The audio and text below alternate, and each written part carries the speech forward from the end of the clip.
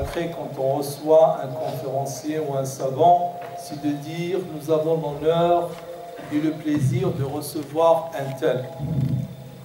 Là, je dirais, pour l'occasion, ça serait vraiment pas assez pour décrire ce moment que nous vivons. Je dirais, en remerciant l'Université Mobile Cordoba qui a invité le Cheikh Abdullah Al-Bukhari, qui en ce moment, depuis le 21 de ce mois-ci jusqu'au 31, il fait un séminaire de l'Aqidah à des imams, tous les jours de 9h du matin à 14h. Et le soir, il fait la tournée de mosquées. Il y a une douzaine de mosquées où il a fait des cours. Jazakallahu khayran. Et Abdullah Al-Bukhari est quelqu'un qu'Allah a aimé, Inch'Allah, et le fait, ça se traduit par le fait de lui avoir facilité le chemin du fin fond du village où il habitait, dans le désert, le sud du Maroc.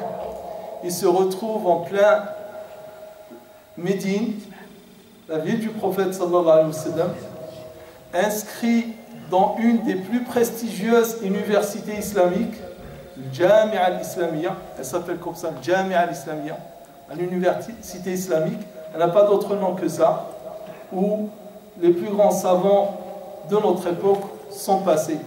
Donc il a eu l'enseignement académique, puisqu'il a eu tous les diplômes du premier, du deuxième et du troisième cycle jusqu'au doctorat dans une spécialité des sciences islamiques, l'Aqidah.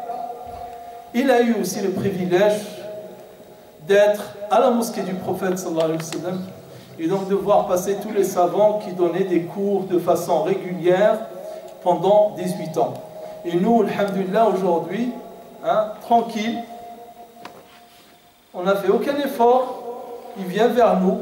Vous avez une expérience d'une quarantaine d'années d'apprentissage qui vient nous restituer aujourd'hui et pour nous parler d'un sujet ô combien important qui n'est autre que l'amour entre les musulmans et surtout du statut de cet amour, à savoir l'obligation de l'amour entre les musulmans.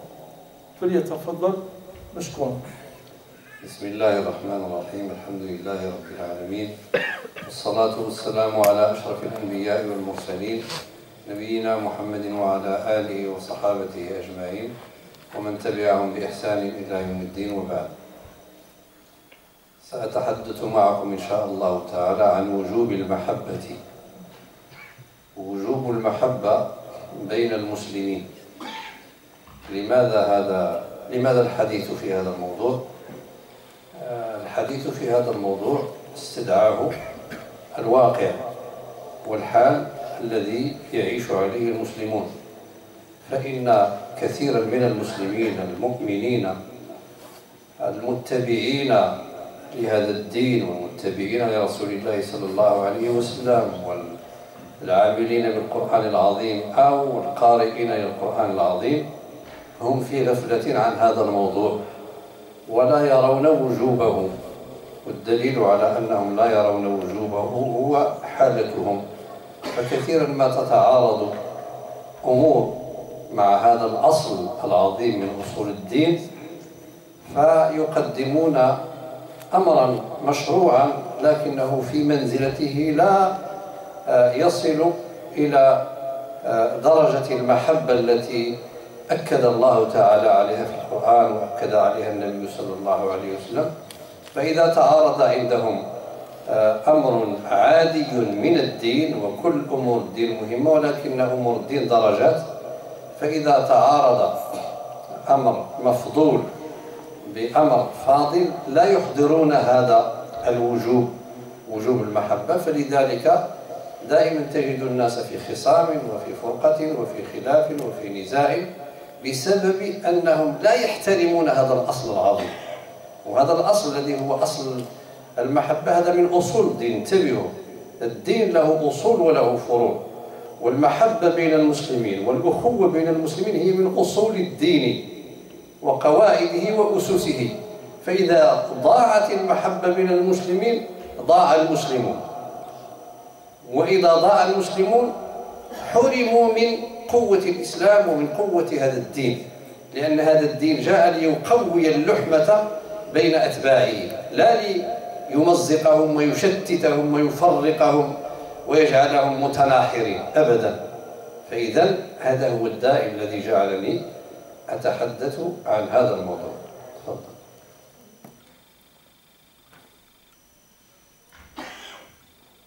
Donc Cheikh il dit pourquoi le choix de ce sujet?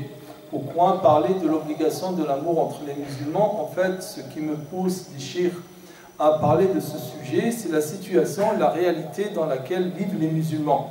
Il dit, on voit bien que beaucoup de musulmans, ils n'en réalisent pas qu'il s'agit là d'une chose obligatoire, il s'agit d'un point obligatoire. Il dit, l'amour fait partie des obligations de la religion. Il dit, la preuve qu'ils ne réalisent pas que c'est une obligation, quand il arrive que des personnes, qu'il y a un différend, une divergence entre les personnes sur un sujet, et que le point sur lequel il y a un différend ne relève pas des obligations, ne relève pas des piliers de l'islam, il attache de l'importance à ce différend, chacun essaie de défendre son point de vue, au point même de toucher à cet amour qui fait partie des obligations. Il dit bien entendu, dans l'islam, toutes les choses sont importantes. Tous les enseignements de l'islam sont importants, mais il ne va pas moins qu'il y a quand même des choses qui font partie des fondements et des choses qui font partie des points secondaires. Ça, c'est une réalité. Et donc, c'est pour cette raison que je dis, le cheikh, il dit, je parle de ce sujet afin de rappeler son importance. إذا أردنا أن نعرف مكانة المحبة أو مكانة الأخوة في هذا الدين فلنقرأ النصوص الواردة فيه. إذا رجعنا إلى الآيات القرآنية وإلى الأحاديث النبوية ماذا سنجد؟ سنجد أن كثير من الآيات القرآنية وصفت الواقع الذي ينبغي أن يكون عليه المسلمون. مثلا عندما نقرأ إنما المؤمنون إخوة، نسأل أنفسنا هل نحن إخوة؟ إذن ما دمنا لسنا بإخوة. ما معنى إخوة؟ أن يتعامل كل واحد منهم مع أخيه في الدين معاملة الأخ لأخيه، ومعاملة الأخ لأخيه تقتضي صبرا، تحملا، يعني تضحية، إيثارا، بحيث تتعامل معه بإبعاد كل ما من شأنه أن يفرق بينكما ويفسد المودة بينكما، وبالإكثار من كل ما من شأنه أن يوطد العلاقة بينكما. هذا هو معاملة الأخ لأخيه. أما أن يكون يعني بأدنى سبب يهجره ويقاطعه ويعني يبتعد عنه، فهذا كأنه هذا لا علاقة لك به. فإذا إنما المؤمنون إخوة، ينبغي أن يكون المؤمنون إخوة. ثم في الحديث كونوا عباد الله إخوانا، كونوا عباد الله إخوانا. إذن كونوا عباد الله إخوانا، وإنما المؤمنون إخوة. وكذلك قول الله تعالى والمؤمنون والمؤمنات بعضهم أولياء بعض، هذه آية تتحدث عن هذا الواقع. فعندما نقرأها ننظر هل بيننا مودة؟ قال الله تعالى محمد رسول الله والذين معه أشداء رحماء بينهم. هل بيننا رحمة؟ هل بيننا شفقة؟ هل يرحم بعضنا بعضا؟ هل يشفق بعضنا على بعض؟ هذا في كثير من الأحيان غائب بين كثير من المسلمين. كل نفسي نفسي، نسأل الله العفو والعافية. إذن الواقع الذي ينبغي أن نعيش عليه هو أن نكون إخوة. ثم هناك يعني أحاديث، آيات تأمرنا بأن نكون إخوة، تصف آيات أحاديث تصف الواقع الذي ينبغي أن نعيش عليه، وآيات تقول يعني واعتصموا ما نعتصم، نتمسك بما يجمع شملنا، نتمسك بما يعصمنا من الفرقة والاختلاف والنزاع وما إلى ذلك. أي شيء يوحدنا نتمسك به. واعتصموا بحبل الله جميعا، واعتصموا بحبل الله جميعا. ثم هناك تهديد لمن يفرط في هذه القاعدة الأساسية، يقول فيه النبي صلى الله عليه وسلم: والذي نفس محمد بيده، أو الذي نفس بيده، لا تدخلوا الجنة حتى تؤمنوا، ولا تؤمنوا حتى تحابوا. أولا أدلكم على شيء إذا فعلتموه تحاببتم أفشوا السلام بينكم. إذا نفى الرسول صلى الله عليه وسلم الإيمان، دخول الجنة، علق دخول الجنة بالإيمان. لا يحلم أحد بدخول الجنة بدون إيمان. ثم علق الإيمان بالمحبة. لا يمكن أن تكون مؤمنا أي كامل الإيمان دون أن تحب أخاك. لا تدخلوا الجنة حتى تؤمنوا، ولا تؤمنوا حتى تحابوا. إذا مهما ادعيت أنك مؤمن، ومهما قمت بأداء فرائض الصلاة ونوافلها ومستحباتها وإلى آخره، ثم تنقصك هذه الخصلة وهذه القاعدة وهذا الأساس من حياتك ومن فكرك ومن الشيء الذي ينبغي أن تعيش عليه مع إخوانك، فأنت مهما كنت ينقصك الإيمان. إيمانك ناقص بنقصان هذه المحبة التي علق الرسول صلى الله عليه وسلم الإيمان عليها. لا يمكن أن تكون مؤمنا إلا بالمحبة، ولا تؤمن حتى تحابوا. ثم بين لنا في هذا الحديث الوسائل والطرق والأشياء التي يمكن أن تساعدنا وأن تجعلنا متحابين، وهي: أولا أدلكم على شيء إذا فعلتموه تحاببتم. ما هو؟ أفشوا السلام بينكم. والإفشاء هو الإكثار. كلما التقيت بأخيك سلم عليه، كما في صحيح البخاري: سلم على من عرفته ومن لم تعرف. ولا يكون السلام بالمعرفة، هذا من علامات الساعة، أن يكون السلام بالمعرفة، تسلم على من عرفت، ومن لا تعرفه لا تسلم عليه.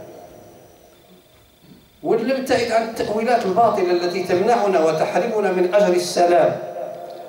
السلام اسم من أسماء الله تعالى، والسلام يعني الاستقرار والأمن والهدوء والطمأنينة والسكينة والفرح والسرور وإلى آخره. أن يسلم الإنسان في دينه وفي عقله وفي فكره وفي مجتمعه وفي صحته وفي حياته الاقتصادية وفي كل شيء. أنت عندما تقول السلام تدعو لأخيك بالسلام، السلامة. والسلام النطق بهذا الاسم بركة، ولا ينوب عنه شيء. بين المسلمين لا ينوب عنه شيء. لو قلت أي لفظة أخرى لن تنال أجر السلام. والسلام لك بالسلام عليكم 10 حسنات، السلام عليكم ورحمة الله 20 حسنة، السلام عليكم ورحمة الله وبركاته 30 حسنة. لماذا نضيع 30 حسنة؟ ولا يغرنك أن لا يجيبك أحد. لو سلمت على إنسان ولم يرد عليك افرح، ذلك في مصلحتك، لأن هناك ملكا يرد عليك. وفي مصلحتك أن يقول لك الملك الذي لا يعرف للذنب طريقا ولا يخطر بباله ذنب، فدعاؤه هو مستجاب، يقول لك: وعليك السلام، من مثلك. إذا لا تقلق ولا تغضب ولا تشتكي لنا بأنك تسلم على الناس ولا يردون عليك. هؤلاء أساءوا وجهلوا الإسلام وتمسكوا بقشور وبأقوال وباجتهادات في مقابل النص. الله تعالى يقول: وإذا حييتم بتحية فحيوا بأحسن منها.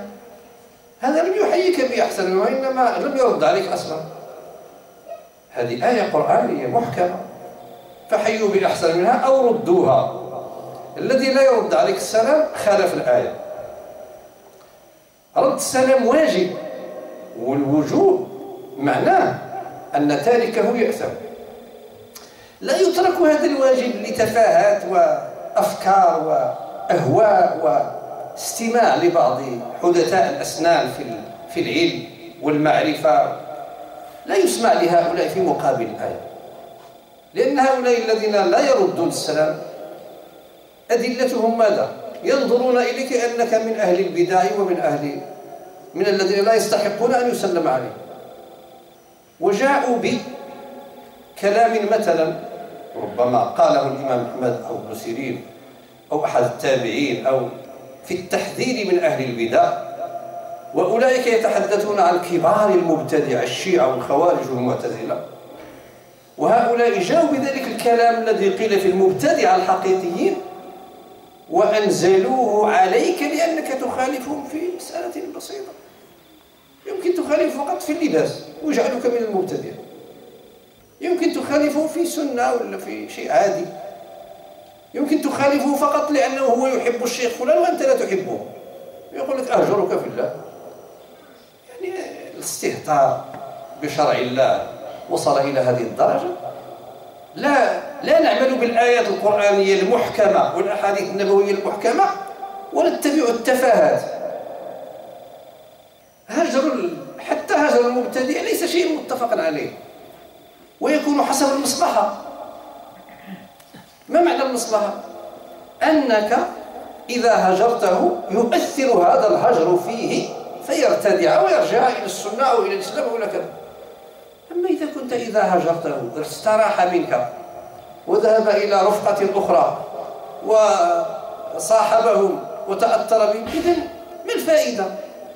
ربما يرجع إلى الضلال وإلى الكفر لأنه لم يجد منك أنسا ولا محبة ولا رحمة ولا شفقة، وجد منك عبوسا وكفهرارا ونسأل الله العفو والعافية وتصعيرا للخد، فسيذهب إلى آخرين يجد منهم اللطف والأدب والأخلاق. العلماء يقولون إذا أنت هاجرت أحدا ولكن هجرك له لم يؤثر فيه، يحرم عليك أن تستمر في هجرك له. وابن القيم رحمه الله يقول إنما الهجر مثل الدواء، لا يجوز لك أن تكثر من الكمية ولا أن تنقص من الكمية، وإذا اكتشفت أن هذا الدواء يضر بالمريض فاقطع الدواء. هكذا الهجر. وابن القيم رحمه الله يقول في زاد المعاد في الفوائد التي تؤخذ من غزوة تبوك التي فيها وعلى الثلاثة الذين خلوا، يقول بأن الهجر لا يقوم به إلا ولي أمر المسلمين. ولي أمر المسلمين هو الذي يصدر أمر بأن هذا الشخص لا يكلمه أحد، فيصبح يعيش في الأرض مثل السامري، مثل الأجرب، لا يلتمسونه لا يحترمونه. هذا أثر، هذا هجر يعني له أثر. أما أنت وحدك ممكن أنت تهجر وحدك في الدنيا والناس كلهم يكلمونه وأنت أصبحت مجنون لا تعرف حتى ما يصلح من الذي يصلح. فأن نتبع مثل هذه الأمور ونترك الآية التي تقول وإذا حييتم بتحية فحيوا بأحسن منها أو ردوها، والرسول صلى الله عليه وسلم يأمرنا بإفشاء السلام حتى تكثر المحبة بيننا ونحن نقطع السلام، نعوذ بالله، نسأل الله العفو. فلذلك يعني لا بد من أن نكون متحابين للآيات الكثيرة الموجودة في هذا الباب. وفي الحديث إن أحب في الله وأعطاني الله ومنعني الله وأبغض في الله فقد استكمل الإيمان. وثلاث من كن فيه وجد بهن حلاوة الإيمان أن يكون الله ورسوله أحب إليه مما سواهما، وأن زيد أن يكون وأن يحب المرء لا يحبه إلا لله، وأن يكره أن يعود في الكفر بعد إن أنقذه الله منه كما يكره أن يقذف في النار.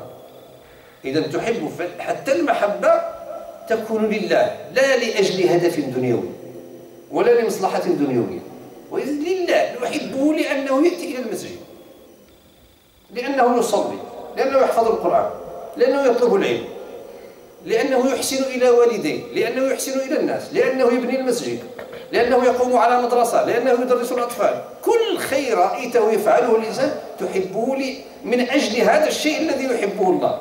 كلما رأيت شخصا يفعل شيئا يحبه الله فأحببه على هذا الأمر. ابتلينا اليوم بأناس يكرهون أهل الخير وأهل الصلاح وأهل العلم وأهل الصلاح وأهل الفقه وأهل يكرهون كل إنسان لا يلغي عقله ويتبعه.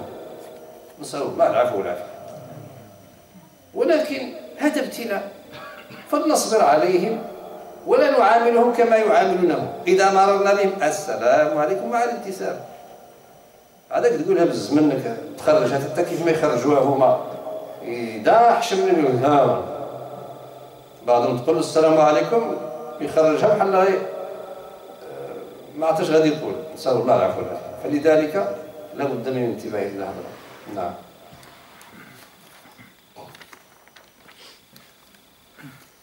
Donc,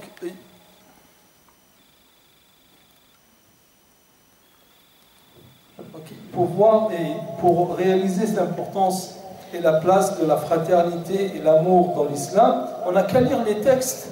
En fait, on n'a qu'à lire les textes, le Coran et la sunna du prophète sallallahu alayhi wa sallam, et de voir et de trouver que beaucoup sont les versets du Coran qui décrivent la situation et la relation entre les musulmans. Comme le verset de Surat al-Hujurat qui dit que les croyants ne sont que frères, à savoir que la relation qui lie le croyant au croyant, c'est la relation de la fraternité. Mais est-ce que nous sommes vraiment frères? Et c'est pour cette raison, en nous posant cette question, cela nous pousse à faire en sorte d'éloigner tout ce qui est de nature à nous diviser et à nous disperser les uns des autres, et à renforcer tous les moyens et toutes les choses qui nous rapprochent les uns des autres et qui nous rassemblent les uns aux autres. De même, le hadith du prophète sallallahu alayhi wa sallam qui vient dans le sens de ce verset, dans lequel le prophète sallallahu alayhi wa sallam il dit « Et soyez des serviteurs et adorateurs d'Allah, frères. » Donc ici, il y a obligation faite par ce hadith du prophète sallallahu alayhi wa sallam qui nous dit, qui nous ordonne d'œuvrer à réaliser cette fraternité. Mais est-ce qu'il y a vraiment l'amour et l'affection entre nous? Et Allah Ta'ala qui nous parle dans le Coran, qui dit que les croyants sont miséricordieux les uns envers les autres. Est-ce qu'il y a vraiment cette miséricorde entre nous? Notre situation et notre vécu quotidien doit être normalement celui de l'amour et de la concorde et de l'entente. Tout ce qui nous rassemble, on doit s'y tenir et s'y agripper, comme nous le demande Allah Ta'ala, wa'tasimu bihablillahi jami'a, et agrippez-vous et rassemblez-vous tous à l'anse d'Allah, comme nous le demande Allah Ta'ala. Et de même que le prophète sallallahu alayhi wa sallam, en plus de ces hadiths et de ces versets qui nous incitent à cette fraternité, il nous met en garde et nous donne un avertissement très solennel vis-à-vis des gens qui font les choses qui sont de nature à entacher et affaiblir cette fraternité. Il nous dit, par celui qui tient, il jure, le prophète sallallahu alayhi wa sallam, par celui qui tient l'âme de Mohammed dans ses mains, vous ne rentrerez pas au paradis si vous n'êtes pas croyants. Et vous ne serez pas croyants si vous ne vous aimez pas les uns les autres. Donc là, le prophète sallallahu alayhi wa sallam nous montre bien que personne ne peut espérer rentrer au paradis s'il n'est pas croyant. Et cette foi et cette croyance, elle n'est véritable et elle n'est complète que s'il y a l'amour. Et à chaque fois qu'il y a moins d'amour, donc il y a moins de foi. Et la faiblesse de cet amour est synonyme de la faiblesse de la foi. Et le prophète sallallahu alayhi wa sallam, après nous avoir mis en garde contre les choses, contre l'importance de cet amour qui n'est pas réalisé, pour lequel on n'attache pas d'importance, il nous indique quelque chose qui est de nature à réaliser cette fraternité, un fait, un acte. Il dit, voulez-vous que je vous indique quelque chose que si vous le faites, que si vous le pratiquez, il est de nature à renforcer l'amour entre vous? Et dire au prophète, oui, il dit, faites le salam entre vous. Dites le salam, que les uns disent aux autres le salam. Celui que tu connais comme celui que tu ne connais pas. Parce que le salam sélectif, qu'on dit seulement à certains dont on se sent proche ou certains qu'on connaît, il dit ça fait partie des signes de la fin des temps. Il dit, salam, qui est un nom parmi les noms d'Allah Ta'ala. Donc, quand on dit Assalam à quelqu'un, on a une récompense pour cela. Si on dit uniquement Salam alaikum, on a 10 hasanat. Si on dit Salam alaikum wa rahmatullah, 20. Et si on dit Salam alaikum wa rahmatullahi wa barakatuhu, on a 30 hasanat. Et aussi, parfois, on se pose la question, dit-il, que quelqu'un peut-être ne mérite pas, ou ne me répond pas convenablement, ou ne répond pas du tout à mon salam. Il dit, tu t'en fiches que la personne répond à ton salam ou elle ne répond pas. Parce que même s'il ne répond pas, il y a quelqu'un de meilleur que lui qui va te répondre à ton salam, c'est un ange. Donc c'est l'ange qui répondra à ton salam. Et aussi ces gens-là qui ne répondent pas au salam, ils doivent faire attention que la réponse au salam est encore plus obligatoire que le salam lui-même. Si le salam, le répondre au salam est obligatoire selon le sens du verset, si vous êtes salué, saluez avec une meilleure salut ou bien le minimum de rendre ce même salut. Donc c'est obligatoire, il ne faut pas prêter attention à ceux qui pensent que ça fait partie de la religion de ne pas dire le salam à certains parmi les musulmans. Ces gens-là se trompent tout à fait de religion et se trompent tout à fait d'enseignement parce qu'ils appliquent des choses qui sont complètement sorties de leur contexte, comme par exemple le fait de désavouer quelqu'un qui commet des bid'ah. Ils pensent que cela s'applique à tout le monde et ça s'applique n'importe où. Il dit non, déjà ce point-là c'est une divergence entre les savants. Les savants de Ahl-Sunnah ne sont pas tous d'accord que tu dois désavouer quelqu'un qui fait la bid'ah. Ça d'une part. Et d'autre part, le fait que si ça ne résout pas le problème, si vraiment déjà, si tenté que cette personne-là vraiment fait une bid'a en connaissance de cause, etc. Il dit, comme le dit Ibn al-Qayyim al-Jawziyya, il dit ce désaveu-là, ou bien cette position un peu dure, c'est comme un médicament. Il ne faut pas dépasser la dose, il ne faut pas non plus que la dose soit trop faible. Mais malheureusement, ces gens-là, parce qu'ils sont ignorants et parce que leurs cœurs ne sont pas emplis de foi et de miséricorde, ils l'appliquent à tort et à travers. Et aussi, il faut savoir, comme le dit aussi Ibn al-Qayyim al-Jawziyya, et là c'est tiré de la sourate dans laquelle Allah Ta'ala parle de ce qui s'est passé à Tabouk. Au retour de cette bataille, le prophète sallallahu alayhi wa sallam, il a désavoué quelques compagnons.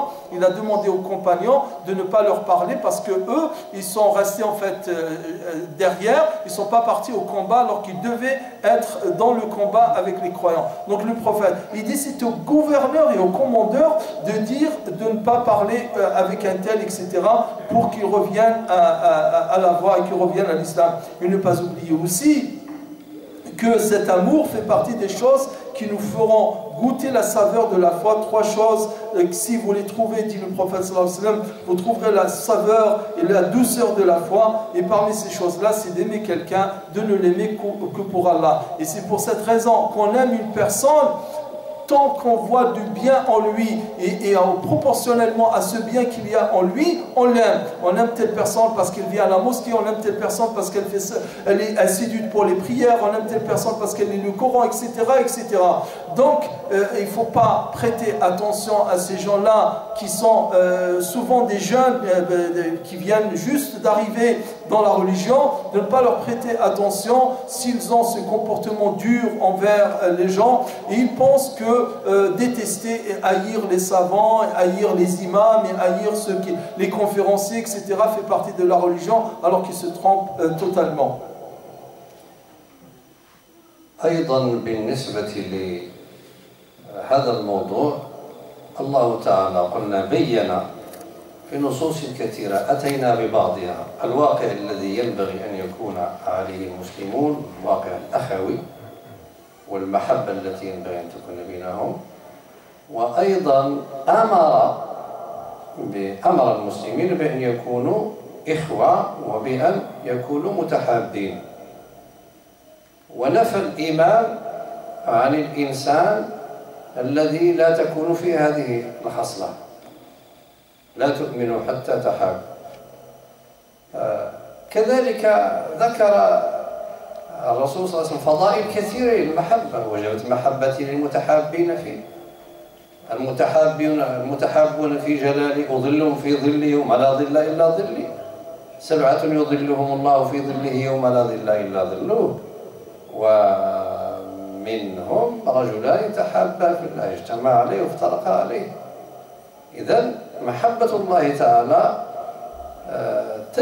محبتك لإخوانك تجلب لك محبة الله لك محبتك لإخوانك تجعلك من الذين يظلهم الله تعالى في ظله يوم لا ظل إلا ظله غدا يوم القيامة سنكون في موقف لا أحد يستطيع أن يجد شيئا يستظل به وقد اقتربت الشمس من رؤوس الخلائق وألجمهم العرق ويكون الإنسان في أمس الحاجة إلى الظل، فليس هناك إلا ظل الرحمن. هناك يظلك الله في ظله إن كنت هنا في الدنيا من المتحابين في الله.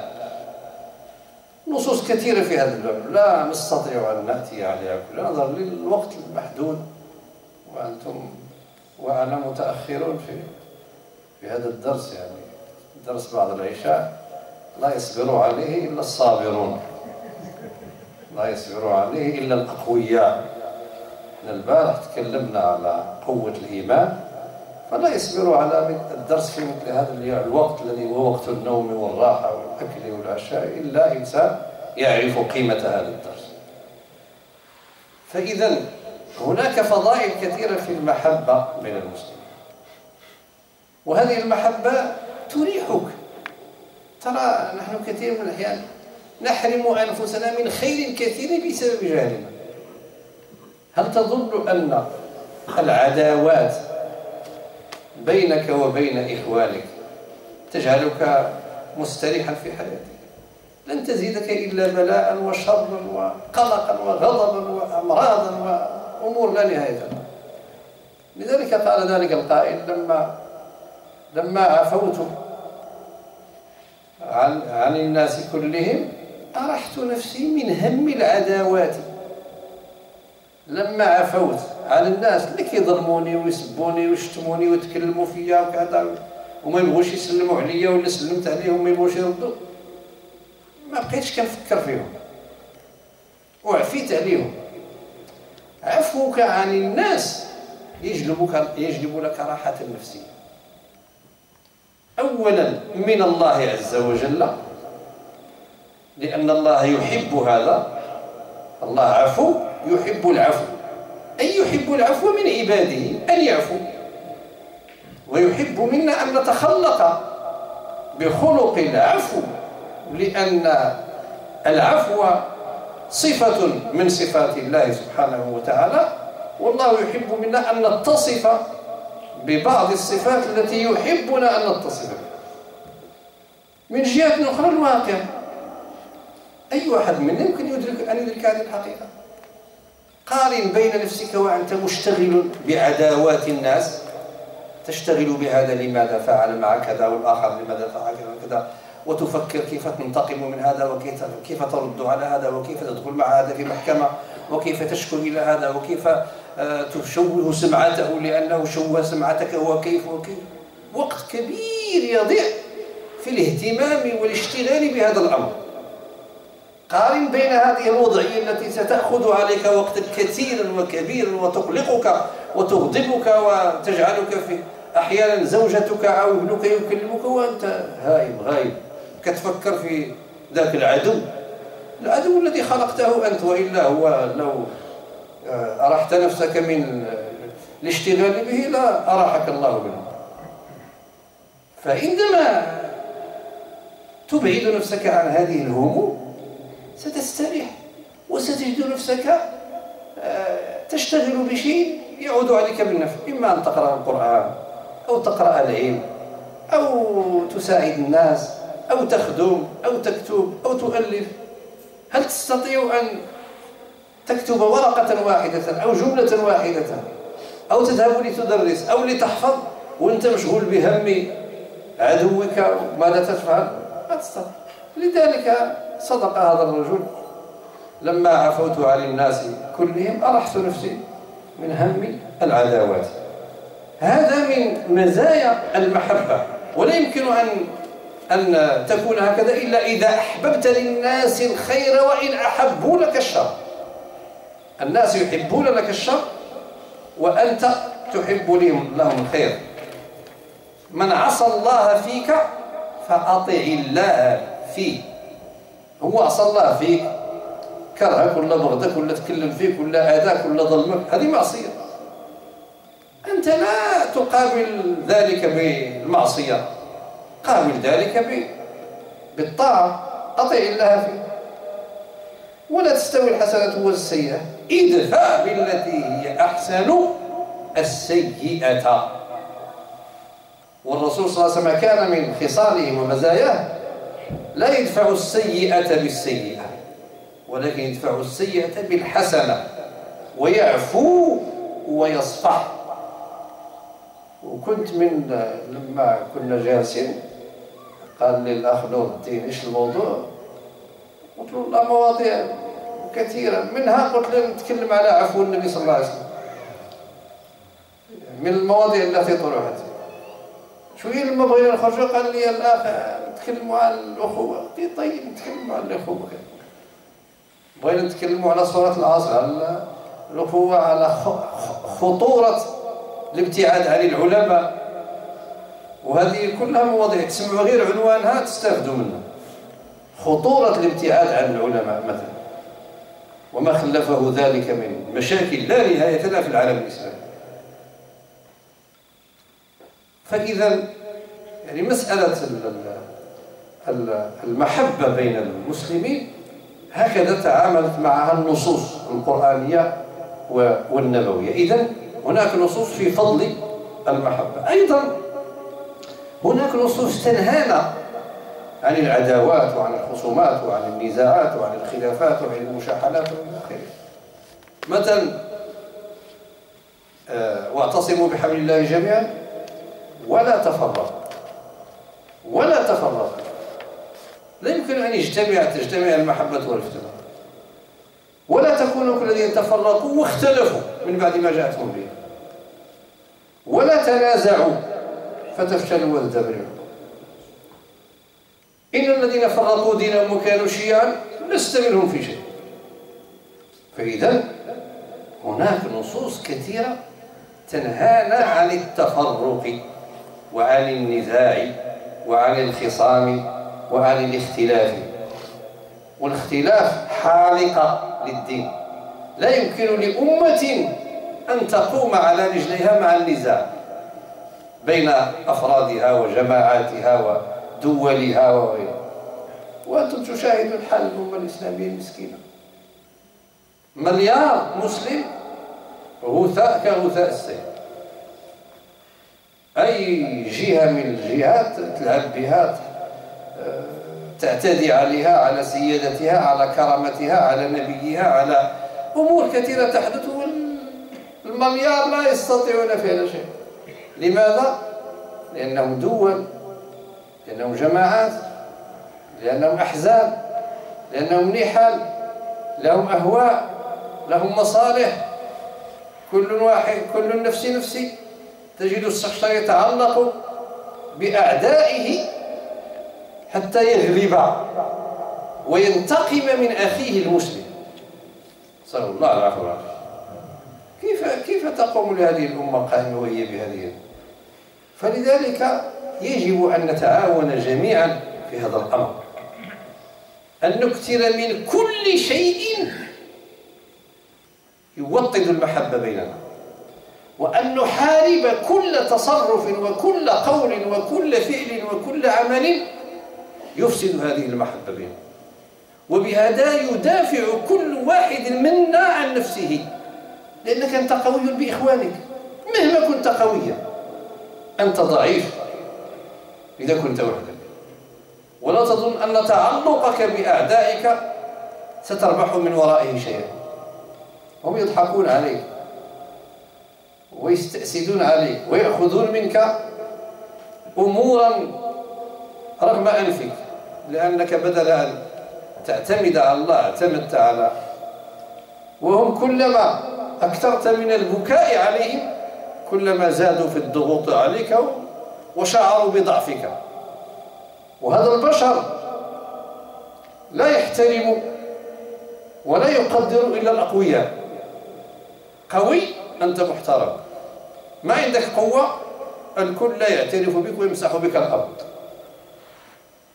شريعة الغاب، لأن الناس ليسوا مؤمنين بالله، لا يتصرفون انطلاقا من حب الخير ورجاء الله والدار الآخرة وحب الجنة وحب الرسول صلى الله عليه وسلم. ليس جل الناس تصرفهم تصرف مصلحي، إذا كانت مصلحته في قتلك قد يقتل مصلحي، يقتل أخاه من أجل مصلحته. وذلك وصل الحال ببعض الأبناء قتلوا آباءهم من أجل الورث، ذبح أمه من أجل الورث، قتل زميله في التجارة من أجل أن يستولي على ماله. وهذه أمور كثيرة جدا، لأن الناس لا يؤمنون كأنهم لا يؤمنون بالبعث. كثير منهم يتصرف تصرفا من لا يؤمن بالبعث، نسأل الله العفو.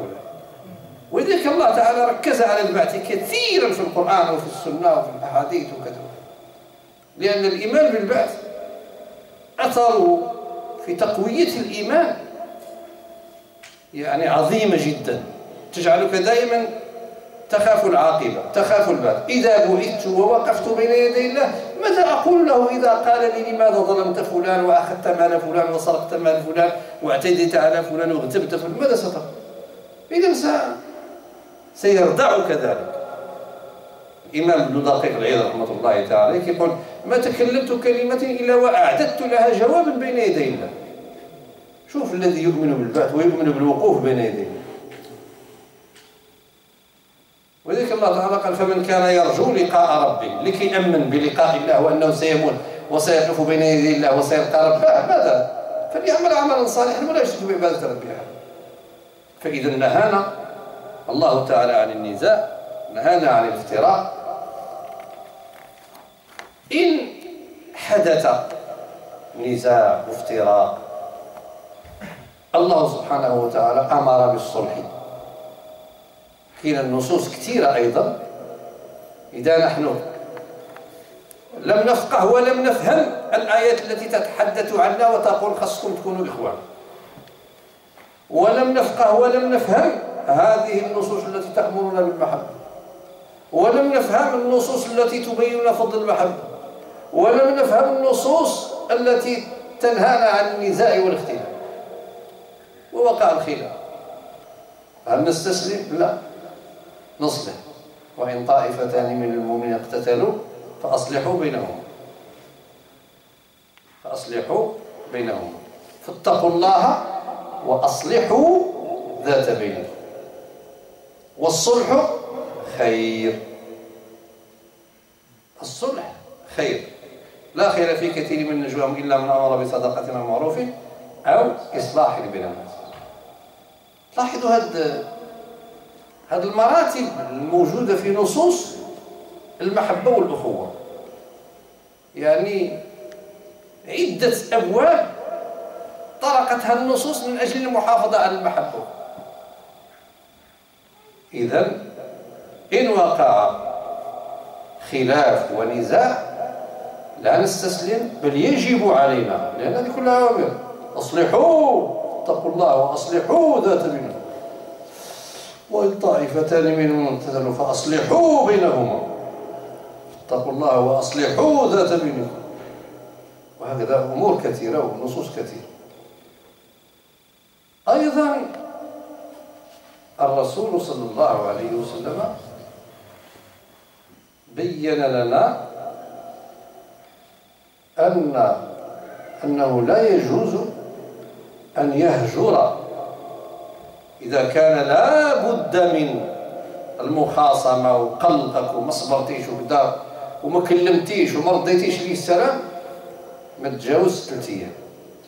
إذا كان لا بد من حدوثها، لا يحل للمسلمين أن يهجر أخاه فوق 3 أيام ما تفوتهاش. يلتقيان فيعرض هذا ويعرض هذا، وخيرهما الذي يبدأ بالسلام.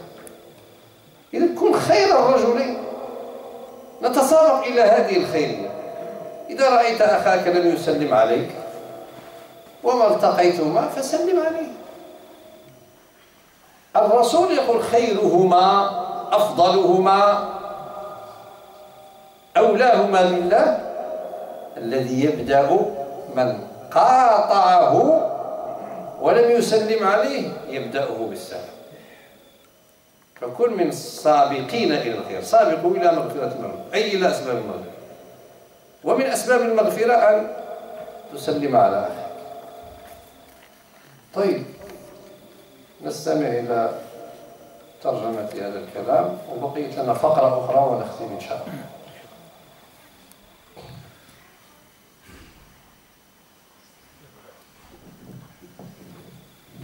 Donc, il dit, donc, nous sommes éprouvés par la situation et le vécu que nous vivons aujourd'hui doit être, c'est celui où le prophète sallallahu alayhi wa sallam, il dit, donc il insiste sur le fait qu'il n'a pas véritable foi, il n'a pas véritable iman, celui qui ne réalise pas cet amour. Donc le prophète a dénié la foi à celui qui ne réalise pas cet amour. Cela signifie qu'il faut œuvrer par tous les moyens pour réaliser cela.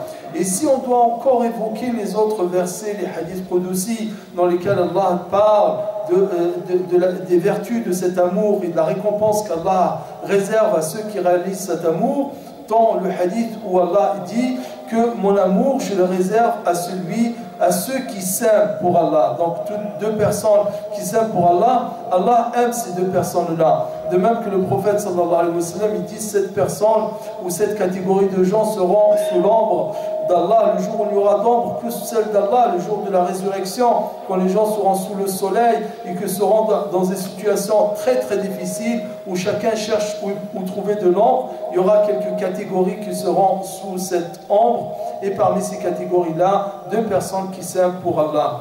Donc ton amour pour tes frères te conduit à être aimé par Allah Ta'ala. Et ton amour pour tes frères fait que tu sois sous l'ombre d'Allah Ta'ala. Et donc Allah Ta'ala accorde beaucoup de récompenses. Ne nous privons pas d'être de ce grand bien qui est l'amour, qui nous procure la tranquillité de l'esprit, qui nous procure la sérénité. Et comparer deux personnes, un qui passe son temps à penser comment dire du mal de l'autre, comment trouver un défaut pour l'autre, comment vraiment grandir en lui cette détestation et ce fait de haïr l'autre, comment au fait plutôt il se fait du mal à lui-même. Et entre l'autre personne qui a l'esprit tranquille, pourquoi? Parce qu'il a pardonné.